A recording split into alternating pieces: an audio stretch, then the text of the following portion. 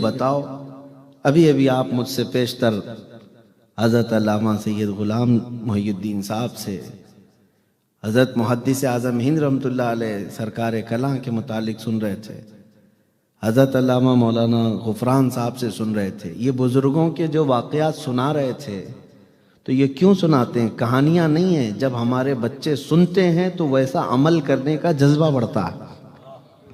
उर्स इसीलिए मनाया जाता है।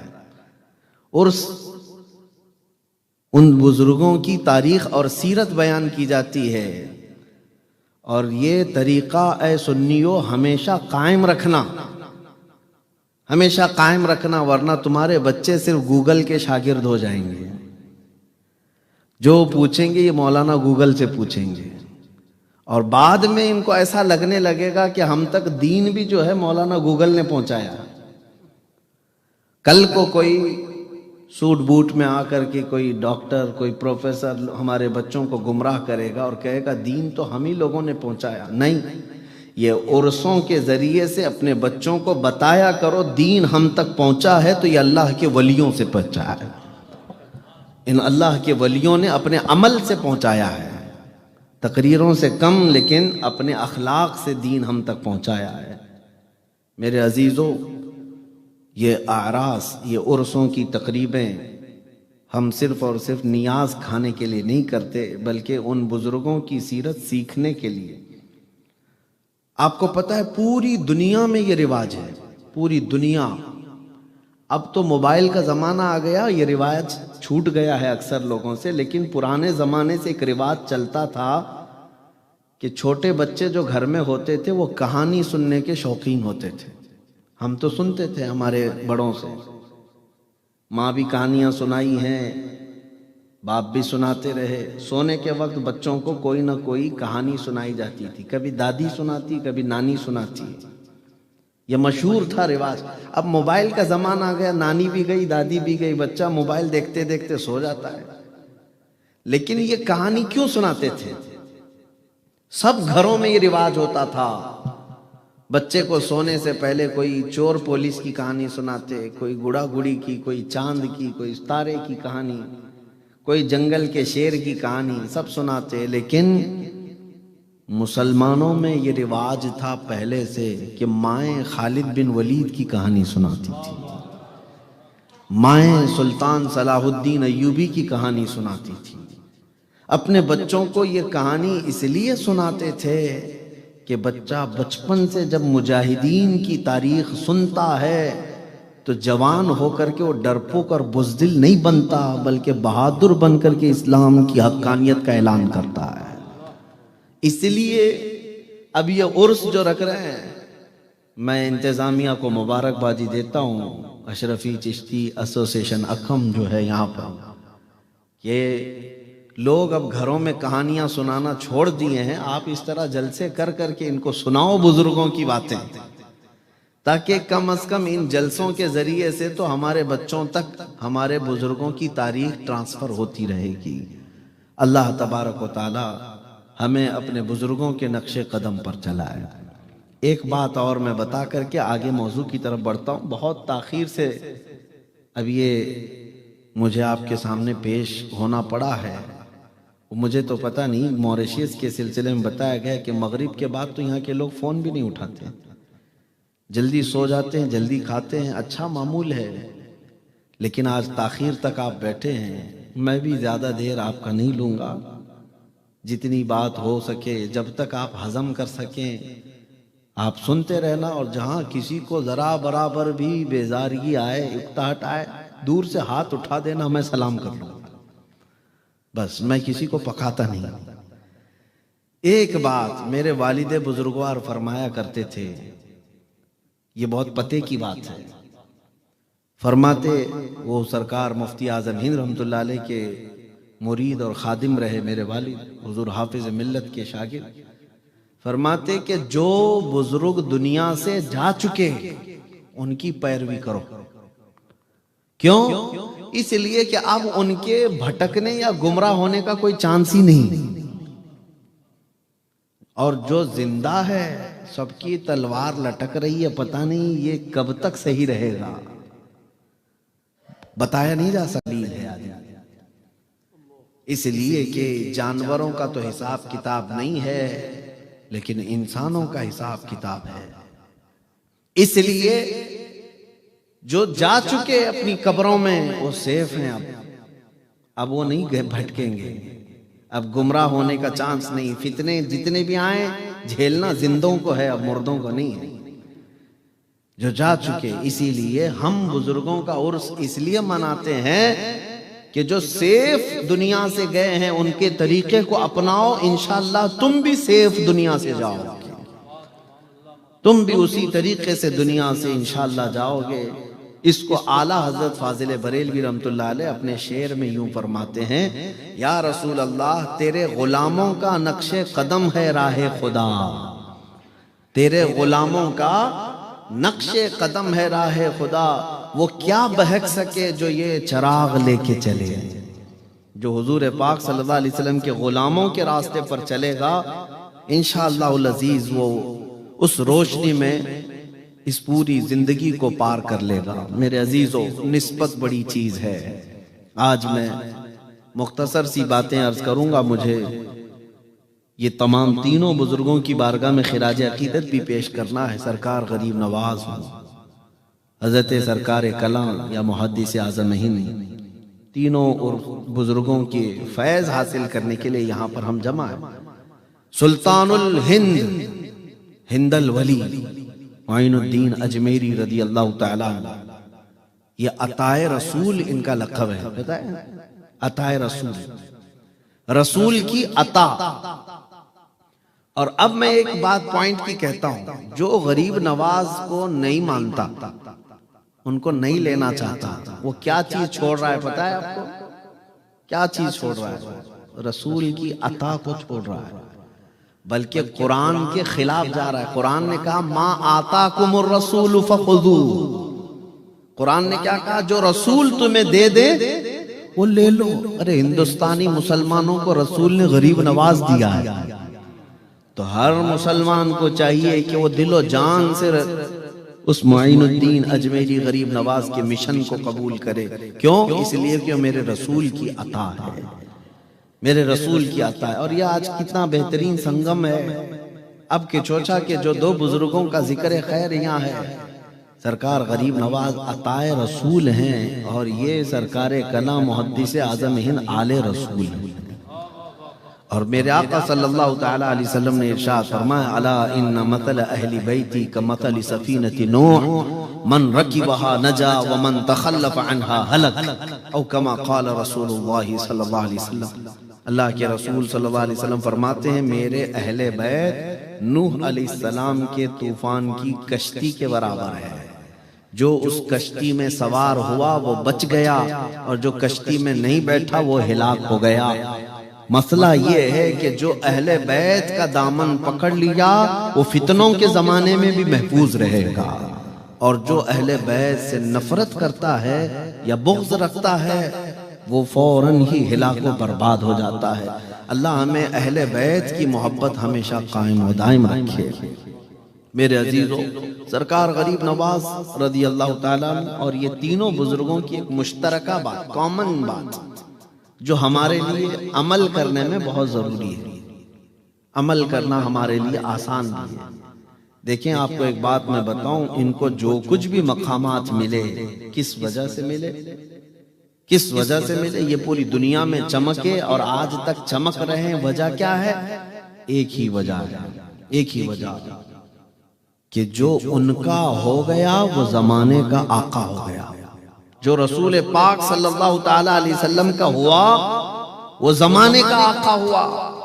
गरीब नवाज हिंदुस्तान अपना वतन छोड़ करके घर बनाने नहीं आए थे, माइग्रेट करके अपना महल बनाने नहीं आए थे। वो हिंदुस्तान आए थे तो इश्क रसूल फैलाने के लिए आए थे, लोगों के दिलों को चमकाने के लिए आए थे।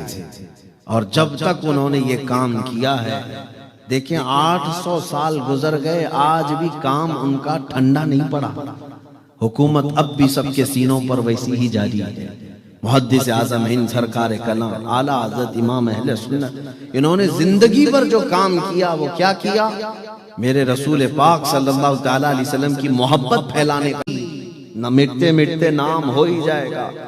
सरकार गरीब नवाज रज़ी अल्लाह ताला अन्हु को गरीब नवाज क्यों कहते हैं?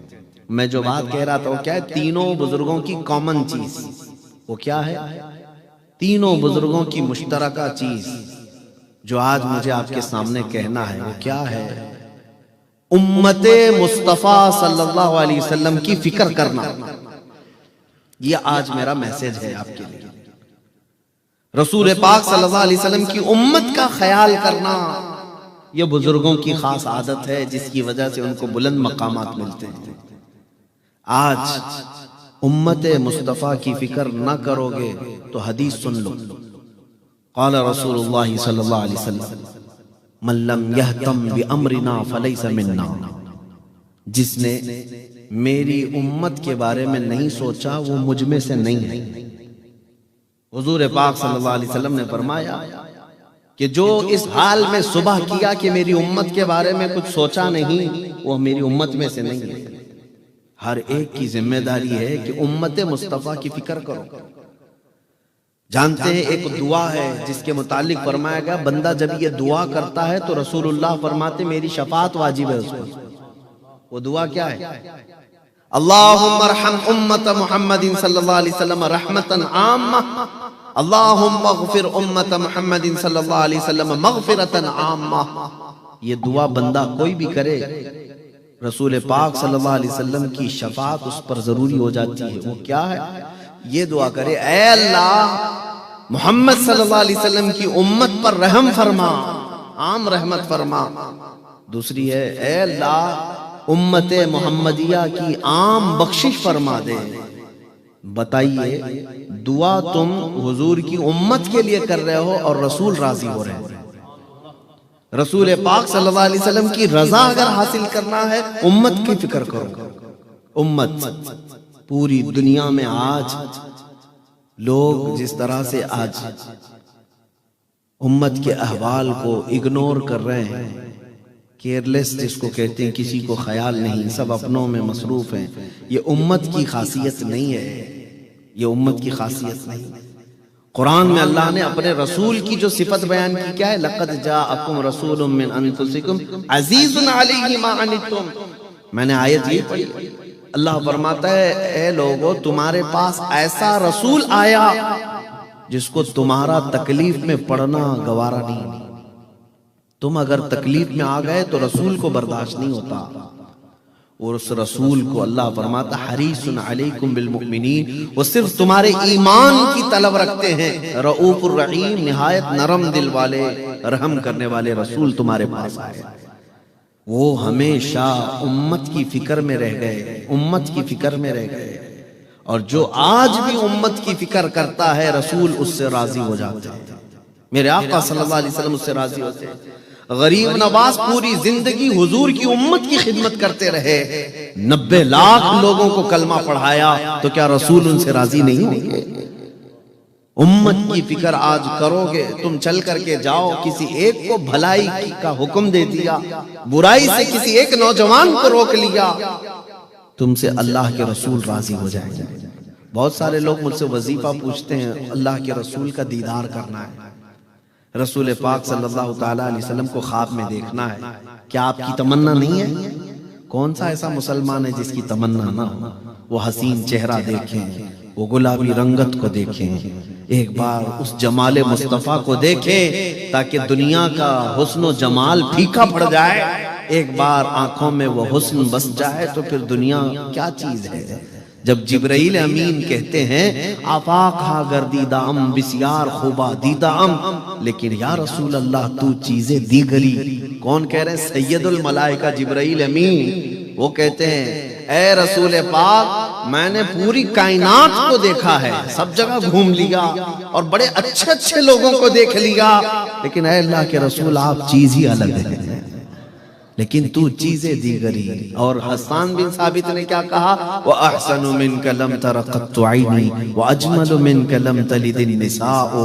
या रसूल अल्लाह, आपसे ज्यादा हसीन मेरी आंखों ने किसी को देखा ही नहीं, बल्कि आपसे ज्यादा खूबसूरत किसी माँ ने जना ही नहीं। हजरत जाबिर बिन समुरा रज़ियल्लाहु तआला अन्हु हदीस के रावी हैं, फरमाते हैं 14वीं का चांद आसमान पर तुलू था, लेकिन उस फकीर को मालूम नहीं, नफिल रोजा था। हजरत ख्वाजा गरीब नवाज ने फरमाया कि मैं बाद में खा लूंगा, लेकिन उसने कहा नहीं, मेरे सामने थोड़ा खा लीजिए, बहुत दूर से लेकर के आया हूं, दिल रह जाएगा। हजरत ने उस मिठाई को खोला और खा लिया, लेकिन वो जो मौजूद थे खुलफा मुरीदीन वो ताज्जुब करने लगे, सरकार गरीब नवाज रोजे से थे और मिठाई खा ली है, या आज रोजा नहीं थे आप? वो फकीर खुश खुश हंसता हुआ जब चला गया तो सबों ने पूछा, हुजूर क्या आज आप रोजा नहीं थे? कहा था। कहा फिर मिठाई कैसे खा लिया आप? तो सरकार गरीब नवाज ने फरमाया, मैं जानता हूं ये नफिल रोजा है, कज़ा कर लूंगा, उसका दिल टूटता तो कैसे जोड़ता। रोजा कज़ा हो जाएगा, लेकिन उम्मत मोहम्मदिया के एक फकीर का दिल तोड़ना अच्छा नहीं। सरकार गरीब नवाज रज़ी अल्लाह ताला अन्हु की तालीमात ये हैं, ये है मिशन गरीब नवाज का। अजीज़ान गिराम वक़ार, ये तमाम मशाइख और बुजुर्गान दीन ने जो अमन फैलाया है वो उम्मत का ख्याल, उम्मत की फिक्र। मुझे बताओ, मॉरिशस में रहने वाले लोग अल्लामा अब्दुल अलीम सिद्दीकी मेरठी रहमतुल्लाह अलैह को आज भी याद करते हैं, शाह अहमद नूरानी रहमतुल्लाह अलैह को आज भी याद करते हैं, बड़े बड़े मशाइख जो यहाँ आकर के गए उनको आज भी याद करते हैं। उनका क्या रखा हुआ था यहाँ पे? उनकी ससुराल थी यहाँ पे, उनकी ननियाल थी, ददियाल थी, क्या थी यहाँ पे? वो बुजुर्गान दीन जो इतना लंबा लंबा सफर करके तुम्हारे दरमियान आए और इस्लाम तुम्हारे दरमियान फैला करके गए, सिर्फ इसलिए कि उन्हें रसूलुल्लाह की उम्मत की फिक्र थी। उम्मत मुस्तफा की जब तक फिक्र करते रहोगे, मेरे आका नवाजते रहे। मैं आज ही कह रहा था, क्या नवाजिश होती है? हाँ, मुबल्लिग इस्लाम अल्लामा अब्दुल अली मेरठी रहमतुल्लाह अलैह पूरी दुनिया भर का सफर किए। कितनी ऐसी जगह है जहां पर आपने मस्जिद की बुनियाद रखी सबसे पहले, वहां कोई मस्जिद भी नहीं रही, इस्लाम उन्होंने लोगों में दिया। लेकिन जब आखिर उम्र में मदीना शरीफ पहुंचे तो बारगाह रिसालत मुआब में यही अर्ज किया कि मुझे दुनिया से अजर नहीं, ए गुंबद खजरा के मकीन, तुझसे मदद की तलब है, आपसे अजर की तमन्ना है। और रसूल पाक सल्लल्लाहु अलैहि वसल्लम ने अजर क्या दिया? अब्दुल अली सिद्दीकी मेरठी को मदीने में वफात दिया, उम्मुल मोमिनीन आयशा सिद्दीका के पहलू में दफन भी हुआ। अभी कुछ बोलने के लिए, गुफ्तगू करने के, अबू जहल बदमाश, उसके गुंडे साथी वहां मौजूद थे, खड़े हो गए, हंगामा किया और हुजूर पाक सल्लल्लाहु ताला अलैहि वसल्लम को पकड़ करके खींचा। अबू जहल ने मारा भी, रसूल पाक सल्लल्लाहु अलैहि वसल्लम पर हाथ उठाया। नबी पाक सल्लल्लाहु ताला अलैहि वसल्लम को उस दिन कुरैश के लोग और भी थे, किसी ने कुछ कहा नहीं। हुजूर वहां से हरम शरीफ से बाहर निकल कर के आए अपने घर की तरफ। ये वो दौर है जब रसूलुल्लाह के चचा अमीर हमजा अभी ईमान लाए नहीं थे। अमीर हमजा ईमान लाए हुए नहीं थे, लेकिन पहलवान आदमी थे, मक्का वाले डरते थे उनसे। वो शिकार के लिए गए थे, शिकार से वापस आ रहे थे, रास्ते में किसी ने पकड़ कर कहा, हमजा आज तुम्हारे यतीम भतीजे मोहम्मद को अबू जहल ने मारा पीटा है और कोई बचाया नहीं। तो रिश्तेदारी की जो गैरत थी वो जाग गई। कहा उसकी हिम्मत कैसे हुई कि मोहम्मद की तरफ हाथ उठाए? ये कौन कह रहे? हमजा कह रहे हैं। और घर नहीं गए, रसूल पाक के पास नहीं गए, सीधे हरम शरीफ में आए। देखा तो खबीस मरदूद अबू जहल बैठा हुआ था, ठट्टा मारकर हंस रहा था लोगों के दरमियान। उस मजमे में से जाकर के अबू जहल को पकड़ करके खींचा, लाए हमजा, अमीर हमजा, और उसको हाथों से और लातों से खूब घोंसे मारा।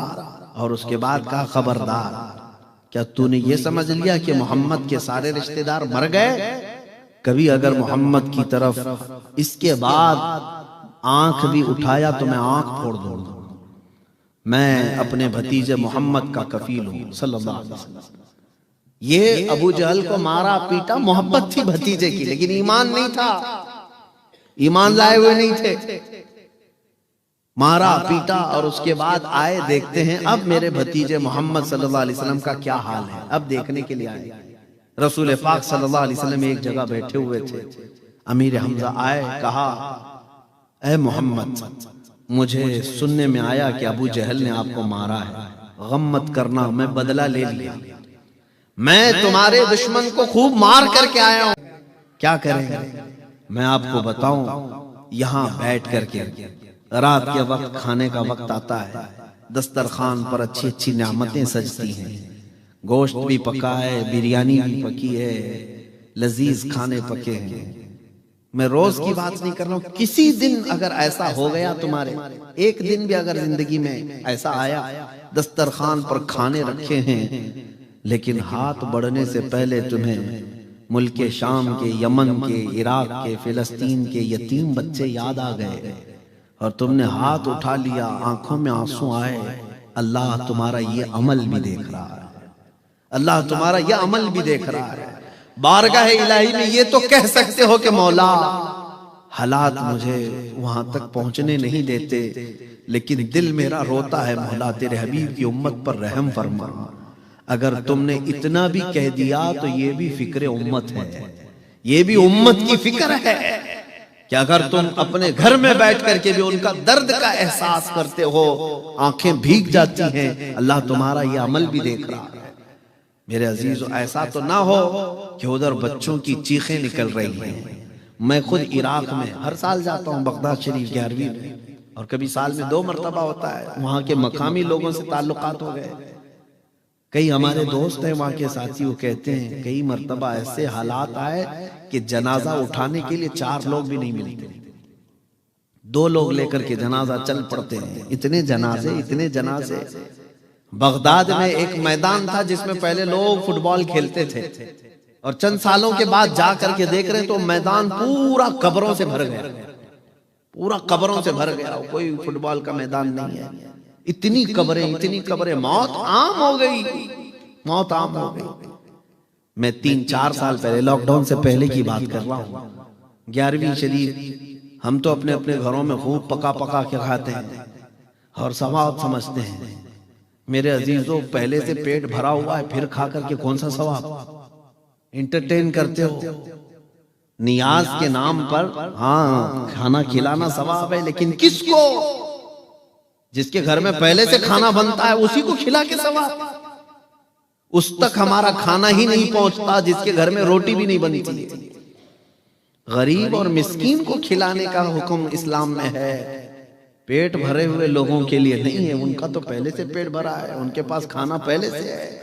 हमारे यहाँ नियाज का सिस्टम क्या है, लंगर का सिस्टम क्या है? सारे वही लोग खाते हैं जिनके घर में 4-4 टाइम खाना बनता है, और नियाज खाते हैं। और नियाज करने वाले समझते हैं बहुत सवाब का काम है, बहुत सवाब का काम है।